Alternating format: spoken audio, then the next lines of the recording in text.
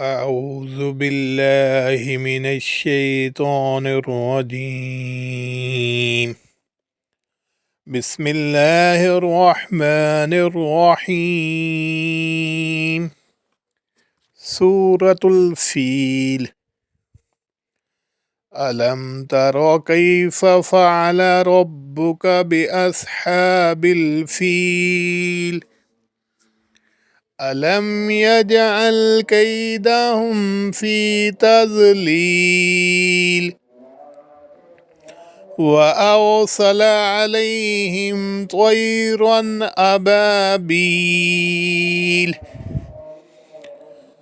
ترميهم بحجارة من سجيل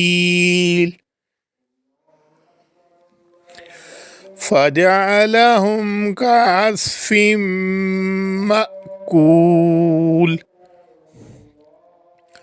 بسم الله الرحمن الرحيم.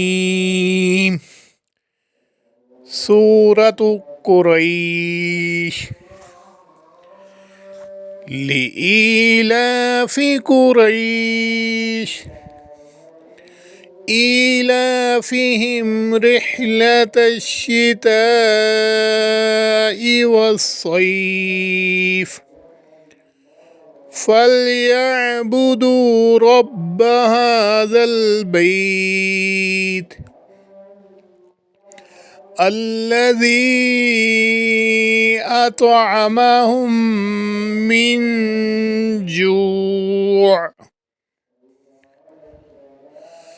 وآمنهم من خوف. صدق الله العظيم.